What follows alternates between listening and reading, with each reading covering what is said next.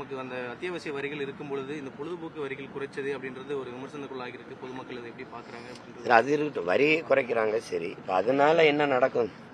திரைத்துறையினருக்கு என்ன நன்மை நடக்கும் சொல்லுங்க. அண்ணன் கேட்கிறேன், சொல்லுங்க. என்ன நன்மை நடக்கும்? ஒரே ஒரு நிறுவனம், ஒரே ஒரு குடும்பம் தான் அந்த மொத்த படங்களை வாங்கி விநியோகம் செய்யுது. உங்களுக்கு தெரியாதா? முன்னாடி இருந்த மாதிரி திரையுலகம் இருக்குதா? யாராவது சொல்லுங்க. யாராவது ஒரு திரைக்கலைஞரே அல்லது விநியோகஸ்தர்னு ஒரு குடும்பம் இருந்துச்சு. அப்படி இருக்கா?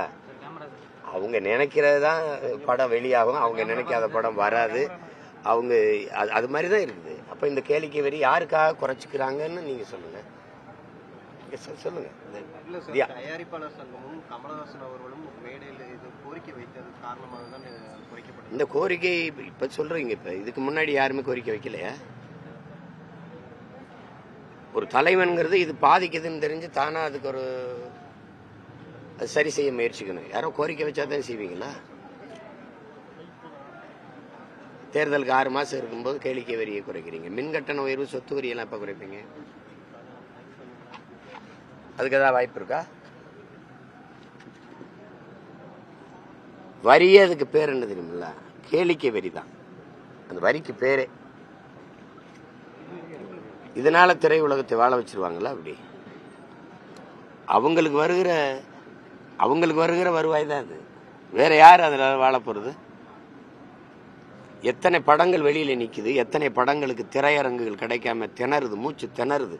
பல தயாரிப்பாளர்கள் என்ன செய்யறதுன்னு தெரியாம விலகி போயிட்டாங்க. எந்த படம் யார் தயாரிச்சாலும் நாங்க வெளியிட்டா தான் திரையரங்கு கிடைக்கும், இல்லைன்னா நாங்களே தயாரிப்போம். எங்க படத்தில் எங்க நிறுவனத்தில் நடிச்சாதான் அது திரையரங்குக்கு போகும் அப்படிங்கிற நிலை இருக்குதா இல்லையா? அதை மட்டும் சொல்லுங்க சார். அண்ணாமலையாவது ஒரு 10 பேரை வச்சுக்கிட்டு 20% ஓட்டு வாங்கியிருக்காரு. ஆனால் எடப்பாடி நம்பி யாருமே கூட்டணி வைக்க வரல அப்படின்னு ஆதவ அர்ஜுனாவும் நம்ம தாவேக்காவோட பொதுச் செயலாளர் ஆனந்தும் பேசியிருக்காங்க. அதை எப்படி பார்க்குறீங்க? புரணி பேசுறதுக்கெல்லாம் நான் கருத்து சொல்ல முடியுமா? இதே ஆதவ அர்ஜுனா தான் என்னை அதிமுக கூட்டணிக்கு வாங்கினாரு, துணை முதலமைச்சராகிறேன். அதுக்கு என்ன பண்றது?